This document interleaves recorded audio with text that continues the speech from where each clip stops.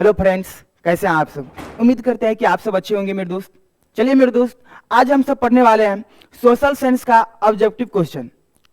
तो चलिए दोस्त, अगर आप सब यह वीडियो पूरा देख लेते हैं तो उम्मीद मानिए दोस्तों, इस बस वन वीडियो से आप सभी को इतिहास में मेरे दोस्तों, इतिहास में 4 से 5 अंक इसी चैप्टर से आप सभी को बन जाएगा। याद रखना मेरे दोस्त, यह हम सब आज पढ़ेंगे इतिहास। क्या पढ़ेंगे?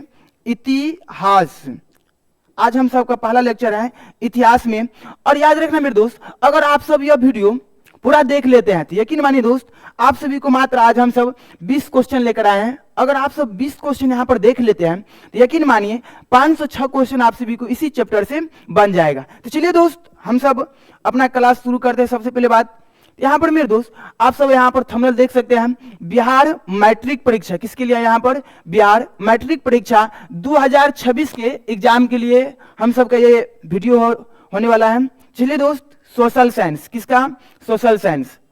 आप सभी का सीरीज है कौन? तो रामबाण। याद रखना मेरे दोस्त, रामबाण सीरीज है।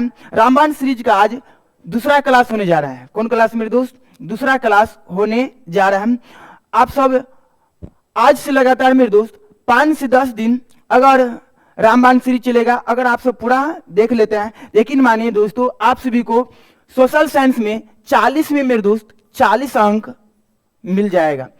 यकीन मानिए। तो चलिए दोस्त, हम सब क्वेश्चन की ओर चलते हैं। और उससे पहले मेरे दोस्त, आप सभी के लिए एक प्यारा सा मोटिवेशन है मेरे दोस्त। मंजिल मिले या ना मिले ये तो मुकद्दर की बात है। मंजिल मिले या ना मिले ये तो मुकद्दर की बात है, पर हम कोशिश ना करें ये तो गलत बात है। इसलिए मेरे जितने भी छोटे भाई बहन अगर इस वर्ष 2026 में बोर्ड एग्जाम देने वाले हैं तो आप सभी से मैं बस इतना ही कहना चाहूंगा मेरे दोस्त, आप सभी के पास अब बहुत ही कम वक्त बचा है। अपने मम्मी पापा का सपना अगर पूरा करना है तो आज से ही मेरे दोस्त आप सभी को लगातार 1 मंथ जब तक आपका परीक्षा होगा, आप सभी को दिन रात एक कर देना है, ताकि आप सभी का जो सपना होगा कि 400 अंक लाए, हम क्लास में टॉपर बने या हम सब बिहार में टॉपर बने, तो आप सभी को मेरे दोस्त अभी से मेहनत करना होगा। तो चलिए दोस्त, और आप सभी को मेहनत में हम साथ देंगे। आप सभी को जितना हो सकता है मेरी तरफ से मेरे दोस्त, उतना मैं आप सभी को सहयोग करूंगा, सहायता करूंगा। जहां पर भी आप सभी को दिक्कत होगा वहां पर हम क्या करेंगे? सहायता करेंगे मेरे दोस्त। तो चलिए, आज हम सब सोशल साइंस का 20 महत्वपूर्ण ऑब्जेक्टिव क्वेश्चन सॉल्व करने वाले हैं। और इस मात्र 1 वीडियो से मेरे दोस्त आप सभी को 4 से 5 अंक इस चैप्टर से बन सकते हैं। तो चलिए दोस्त, हम सब पहला क्वेश्चन पर चलते हैं। तो पहला नंबर क्वेश्चन है मेरे दोस्त, यहां पर देख सकते हैं आप सब, यहां पर पहला क्वेश्चन है मेरे दोस्त, सन 1870 में फ्रांस और पर्सा के बीच युद्ध कहां हुआ था? तो याद रखना मेरे दोस्त, यहां पर क्वेश्चन बोल रहा है पहला, सन 1870 में फ्रांस और पर्सा के बीच युद्ध कहां हुआ था? तो याद रखना मेरे दोस्त, पहला ऑप्शन यहां पर सेडोन, दूसरा ऑप्शन है सेडोवा, तीसरा ऑप्शन है इटली और चौथा ऑप्शन है जर्मनी। आप सभी को पता होगा मेरे दोस्त, सन 1870 में फ्रांस और पर्सा के बीच युद्ध कहां हुआ था? तो आप सब जानते होंगे मेरे दोस्त, यहां पर सन 1870 में फ्रांस और पर्सा के बीच युद्ध कहां हुआ था? सेडोन में हुआ था। तो हम सब का राइट आंसर कौन हो जाएगा मेरे दोस्त? पहला नंबर सेडोन हो जाएगा। चलिए दोस्त, अगला नंबर क्वेश्चन में चलते हैं। अगला नंबर क्वेश्चन है मेरे दोस्त, किस युद्ध के बाद जर्मनी का एकीकरण हुआ था?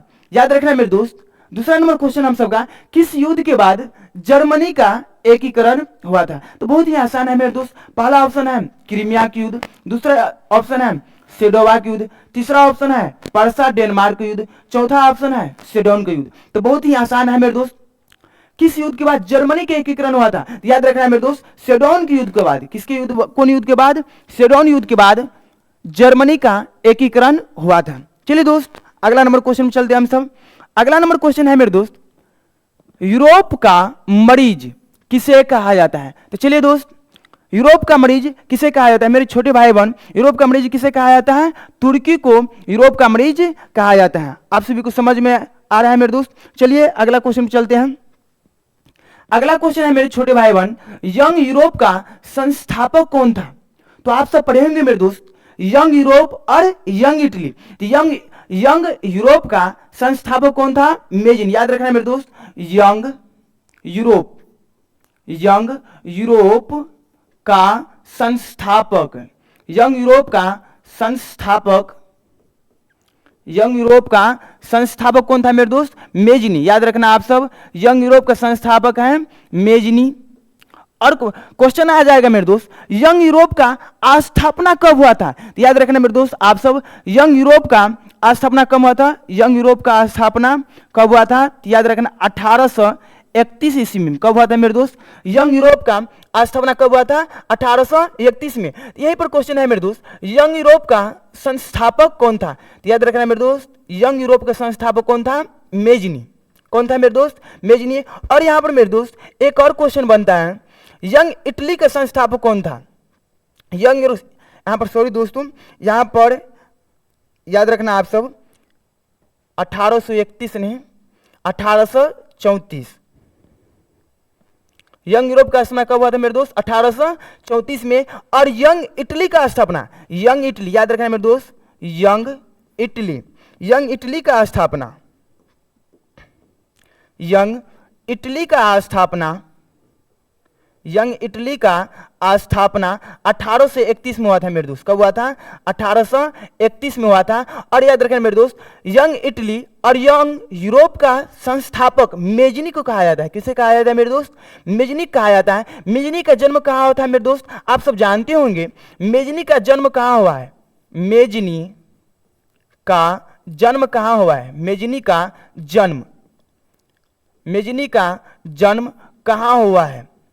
कहाँ हुआ है? तो आप सब जानते होंगे मेरे दोस्त, मेजनी का जन्म कहाँ हुआ था? जर्मनी में। आप सभी को पता होना चाहिए मेरे दोस्त, मेजनी का जन्म कहाँ हुआ था? जर्मनी में। और क्वेश्चन अगर पूछ दे मेरे दोस्त, मेजनी का जन्म कब हुआ था? तो आप सबको पता होगा मेरे दोस्त, मेजनी का जन्म कब हुआ था? मेजनी का जन्म, मेजनी, याद रखना मेरे दोस्त, मेजनी का जन्म, मेजनी का जन्म, मेजनी का जन्म कब हुआ था मेरे दोस्त? 1805 ईस्वी में। कब हुआ था मेरे दोस्त? 1805 ईस्वी में। तो चलिए दोस्त, आप सब यहां से कितना क्वेश्चन बन सकता है मेरे दोस्त? मेजनी का जन्म कहां हुआ था? तो जर्मनी में। यंग यूरोप का संस्थापक कौन था? तो मेजनी। यंग यूरोप स्थापना कब हुआ था? तो 1834। और यंग इटली का स्थापना कब हुआ था? तो 1831। और मेरे दोस्त मेजनी का जन्म कब हुआ था? तो 1805 में। चलिए दोस्त, अगला नंबर क्वेश्चन चलते हैं हम सब। अगला नंबर क्वेश्चन है मेरे दोस्त, अगला नंबर क्वेश्चन है, टीपू सुल्तान शासक थे। तो बहुत ही लाजवाब क्वेश्चन है मेरे दोस्त, बहुत ही भिविया है। और याद रखना मेरे दोस्त, यह सब बोर्ड परीक्षा में पहले से पूछ चुका है। टीपू सुल्तान शासक है, तो पहला ऑप्शन है मेरे दोस्त कश्मीर, दूसरा ऑप्शन है शिमला, तीसरा ऑप्शन है मैसूर, और चौथा ऑप्शन है इनमें से कोई नहीं। तो आप सभी को पता होगा मेरे दोस्त, टीपू सुल्तान कहाँ के शासक थे? तो याद रखना मेरे दोस्त, टीपू सुल्तान मैसूर के शासक थे। कहाँ के शासक थे? मैसूर के शासक थे। तो हम सबका राइट आंसर क्या हो जाएगा? सी नंबर हम सबका राइट आंसर हो जाएगा। चलिए दोस्त, अगला क्वेश्चन है, गैरिबाल्डी पेशे से क्या था? याद रखना मेरे दोस्त, यहां पर पैसे हैं, पेशे से, पेशे से, गैरिबाल्डी पेशे से क्या था? तो पेशे से मेरे दोस्त, यहां पर पहला ऑप्शन है कश्मीर, दूसरा ऑप्शन है शिमला, तीसरा ऑप्शन है मैसूर, और चौथा यहां पर मेरे दोस्त सभी क्वेश्चन क्या है मेरे दोस्त? रॉन्ग है। आप सब याद रखना मेरे दोस्त, गैरिबाल्डी पेशेज क्या थे? तो नाविक। क्या थे मेरे दोस्त? नाविक। गैरिबाल्डी पेशेज क्या थे? नाविक था। तो हम सबका राइट आंसर क्या हो जाएगा मेरे दोस्त? नाविक, इसका राइट आंसर हो जाएगा। चलिए दोस्त, अगला क्वेश्चन में चलते हैं हम सब। अगला क्वेश्चन है मेरे दोस्त, फ्रैंकफर्ट की संधि पर हस्ताक्षर कब हुआ था? बहुत ही भिविया क्वेश्चन है मेरे दोस्त। और याद रखना मेरे दोस्त, आप सभी को ये 2026 के बोर्ड एग्जाम में जरूर देखने के मिलेगा। यहां पर मेरे दोस्त, फ्रैंकफर्ट की संधि पर हस्ताक्षर कब हुआ था? याद रखना मेरे दोस्त, फ्रैंकफर्ट की संधि पर हस्ताक्षर कब हुआ था? तो पहला ऑप्शन है मेरे दोस्त 1863 में, दूसरा ऑप्शन है 1864 में, तीसरा ऑप्शन है 1871 में, चौथा ऑप्शन है 1872 में। तो याद रखना मेरे छोटे भाई बहन, फ्रैंकफर्ट की संधि पर हस्ताक्षर कब हुआ था? 1871 में। कब हुआ था मेरे दोस्त? 1871 में। तो हम सबका राइट आंसर हो जाएगा सी नंबर। चलिए दोस्त, अगला नंबर क्वेश्चन चलते हैं हम सब। अगला नंबर क्वेश्चन है मेरे दोस्त, मेरे छोटे भाई बहन, 1871 में कौन संधि हुई थी? तो अभी हम जस्ट बताया आप सभी को 1871 में कौन संधि हुई थी। तो आप सभी को बन जाएंगे मेरे दोस्त, देखिए यहां पर अभी हम जस्ट बताया आप सभी को, फ्रैंकफर्ट की संधि पर हस्ताक्षर कब हुआ था? 1871 में। और यहां पर आगे क्वेश्चन अभी मेरे दोस्त, 1871 में कौन संधि हुई थी? याद रखना मेरे दोस्त, 1871 में फ्रैंकफर्ट की संधि हुई थी। कौन संधि हुई थी? फ्रैंकफर्ट की संधि हुई थी। तो हम सबका राइट आंसर हो जाएगा मेरे दोस्त बी नंबर। चलिए अगला नंबर क्वेश्चन चलते हैं। अगला नंबर क्वेश्चन है मेरे दोस्त, जर्मनी के एकीकरण के लिए, जर्मनी के एकीकरण के लिए कौन उत्तरदायी था? याद रखना है मेरे दोस्त, जर्मनी के एकीकरण के लिए कौन उत्तरदायी था? तो पहला ऑप्शन यहां पर कंटकाबुर, दूसरा ऑप्शन है बिस्मार्क, तीसरा ऑप्शन है गैरिबाल्डी, चौथा ऑप्शन है मेजिनी। तो बहुत ही भिविया क्वेश्चन है मेरे दोस्त, बहुत ही भिविया है। याद रखना, जर्मनी के एकीकरण के लिए कौन उत्तरदायी था? तो बिस्मार्क। कौन उत्तरदायी था मेरे दोस्त? बिस्मार्क। चलिए चलते हैं अगला क्वेश्चन पर हम सब। अगला नंबर क्वेश्चन है मेरे दोस्त, इटली के एकीकरण में, इटली के एकीकरण में निम्न से किसका संबंध नहीं है? याद रखना है मेरे दोस्त, इटली के एकीकरण में, किसका एकीकरण में? इटली के एकीकरण में किसका संबंध नहीं है? तो पहला ऑप्शन है मेरे दोस्त यहां पर, पहला ऑप्शन हम सबके यहां पर कंटकाबुर, दूसरा ऑप्शन है बिस्मार्क, तीसरा ऑप्शन है गैरिबाल्डी और चौथा ऑप्शन है मेजिनी। तो याद रखना है मेरे दोस्त, इटली के एकीकरण में बिस्मार्क का योगदान नहीं था। किसका योगदान नहीं था मेरे दोस्त? बिस्मार्क का योगदान नहीं था। याद, इसका सही आंसर हो जाएगा मेरे दोस्त बिस्मार्क। क्या हो जाएगा? बिस्मार्क इसका सही आंसर हो जाएगा। चलिए दोस्त अगला नंबर क्वेश्चन चलते हैं हम सब। अगला नंबर क्वेश्चन है, इटली और जर्मनी के एकीकरण में विरुद्ध निम्न कौन था? इटली और जर्मनी के एकीकरण में विरुद्ध निम्न में कौन था? तो याद रखना मेरे दोस्त, इटली और जर्मनी के एकीकरण में कौन था? विरुद्ध में कौन था? पहला ऑप्शन है इंग्लैंड, दूसरा ऑप्शन है रूस, तीसरा ऑप्शन है ऑस्ट्रिया, चौथा ऑप्शन है पर्सा। तो याद रखना मेरे दोस्त याद रखना मेरे दोस्त, इटली और जर्मनी के एकीकरण में विरुद्ध कौन था? ऑस्ट्रिया। कौन था मेरे दोस्त? ऑस्ट्रिया इसके विरुद्ध में था। चलिए दोस्त अगला नंबर क्वेश्चन चलते हैं हम सब। अगला नंबर क्वेश्चन है, जर्मनी के एकीकरण का प्रमुख वस्तुकार, जर्मनी के एकीकरण का प्रमुख वस्तुकार कौन था? तो याद रखना है मेरे दोस्त, जर्मनी के एकीकरण का प्रमुख वस्तुकार कौन था? बिस्मार्क। कौन था मेरे दोस्त? बिस्मार्क। इसका राइट आंसर हो जाएगा डी नंबर, इसका राइट आंसर हो जाएगा। चलिए दोस्त अगला क्वेश्चन चलते हैं हम सब। अगला क्वेश्चन है मेरे दोस्त, फ्रैंकफर्ट की संधि किस वर्ष हुई थी? फ्रैंकफर्ट की संधि किस वर्ष हुई थी? याद रखना है मेरे दोस्त, अभी हम तुरंत बताए फ्रैंकफर्ट की संधि कब हुई थी? 1871 में हुई थी। चलिए दोस्त अगला नंबर क्वेश्चन पे चलते हैं। अगला नंबर क्वेश्चन है मेरे दोस्त, जाल्बे रेन संबंधित है, जाल्बे रेन संबंधित है। तो जाल्बे रेन मेरे दोस्त किससे संबंधित है? तो पहला ऑप्शन है यहां पर क्रांतिकारियों से, दूसरा ऑप्शन है व्यापारियों से, तीसरा ऑप्शन है पादरियों से और चौथा ऑप्शन है इनमें से कोई नहीं। याद रखना है मेरे दोस्त, जाल्बे रेन संबंधित था किससे? तो व्यापारियों से। किससे संबंधित था मेरे दोस्त? व्यापारियों से संबंधित था। तो इसका राइट आंसर क्या हो जाएगा? बी नंबर इसका राइट आंसर हो जाएगा। और याद रखना मेरे दोस्त, जाल्बे रेन मतलब जाल्बे रेन संबंधित है व्यापारियों से। किससे संबंधित है मेरे दोस्त? व्यापारियों से। चलिए दोस्त अगला नंबर क्वेश्चन चलते हैं। अगला क्वेश्चन है मेरे दोस्त, जेनेवा संधि कब हुआ था? जेनेवा संधि कब हुआ था? तो बहुत ही आसान सवाल है मेरे दोस्त, बहुत ही प्यारा सा क्वेश्चन है। जेनेवा संधि कब हुआ था? याद रखना मेरे दोस्त आप सब, जेनेवा संधि हुआ था 1954 में। कब हुआ था मेरे दोस्त? 1954 में हुआ था। अगला क्वेश्चन है मेरे दोस्त, अगला क्वेश्चन है, कंटकाबुर को विक्टर एमेनुएल ने, कंटकाबुर को विक्टर एमेनुएल ने किस पद पर नियुक्त किया? याद रखना मेरे छोटे भाई बहन, कंटकाबुर को विक्टर एमेनुएल ने किस पद पर नियुक्त किया? इसमें है मेरे दोस्त सेनापति, फ्रांस का राजदूत, प्रधानमंत्री और चौथा ऑप्शन है गृह मंत्री।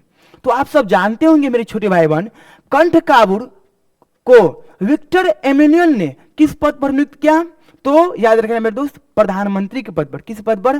प्रधानमंत्री के पद पर। इसका राइट आंसर हो जाएगा मेरे छोटे भाई बहन, प्रधानमंत्री इसका राइट आंसर हो जाएगा। अगर मेरे दोस्त आप सब इस चैनल पर नए हैं तो मेरे छोटे भाई बहन प्लीज लाइक कीजिए, अगर चैनल पर नए हैं तो सब्सक्राइब कीजिए और इस वीडियो को ज्यादा से ज्यादा अपने सभी दोस्तों के पास क्या कीजिए मेरे दोस्त? शेयर कीजिए, ताकि आप सभी के दोस्त जो हैं वह भी यहाँ से पढ़ के अच्छा अंक प्राप्त कर सकते हैं। और यकीन मानिए दोस्त, अगर आप सब हमारे साथ रोज पढ़ लेते हैं तो आप सभी को मेरे दोस्त हिस्ट्री में 40 में 40 आप सभी को कोई नहीं रोक सकता है मेरे दोस्त। याद रखना आप सब, 40 में 40 ऑब्जेक्टिव आप सभी को हम यहाँ से जो बताएंगे प्रत्येक क्लास में, याद रखना मेरे दोस्त 2 से 3 क्वेश्चन बनेगा। प्रत्येक वीडियो में 2 से 3 क्वेश्चन यहाँ से बनेगा। तो चलिए दोस्त हम सब चलते हैं अगला क्वेश्चन पे। अगला क्वेश्चन है मेरे दोस्त, वीना सम्मेलन हुआ था। वीना सम्मेलन हुआ था, तो वीना सम्मेलन कब हुआ था मेरे दोस्त? याद रखना आप सब, वीना सम्मेलन हुआ था 1815 में। कब हुआ था? यहाँ पर पहला ऑप्शन है मेरे दोस्त 1815, दूसरा ऑप्शन है 1848, तीसरा ऑप्शन है 1870 और चौथा ऑप्शन है 1871। तो याद रखना है मेरे दोस्त, वीना सम्मेलन कब हुआ था? 1815 में। वीना सम्मेलन कब हुआ था? 1815 में। 1871 में क्या हुआ था मेरे दोस्त? तो फ्रैंकफर्ट की संधि। क्या हुआ था? फ्रैंकफर्ट की संधि। आप सभी को याद रखना चाहिए मेरे दोस्त, फ्रैंकफर्ट की संधि हुआ था 1871 में, याद हो जाएगा। और 1870 में क्या हुआ था मेरे दोस्त? याद रखना, डेनमार्क युद्ध हुआ था। क्या हुआ था? डेनमार्क युद्ध हुआ था। डेनमार्क 1870 में किसका युद्ध हुआ था मेरे दोस्त? डेनमार्क का युद्ध हुआ था। और 1848 में मेरे दोस्त आप सभी को पढ़ाएंगे 1848 में क्या हुआ था। चलिए दोस्त अगला क्वेश्चन चलते हैं हम सब। अगला क्वेश्चन है मेरे दोस्त, निम्न में से किसके योगदान से इटली का एकीकरण पूर्ण हुआ था?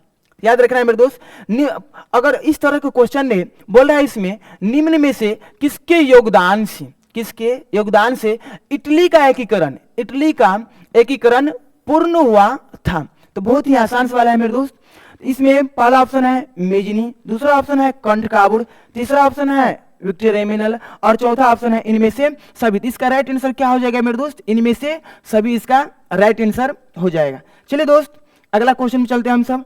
अगला क्वेश्चन है मेरे दोस्त, रक्त और लोह, यहां पर लोह होगा मेरे दोस्त, रक्त और लोह नीति का अवलंबन किसने किया था? याद रखना मेरे दोस्त, रक्त और लोह नीति का अवलंबन किसने किया था?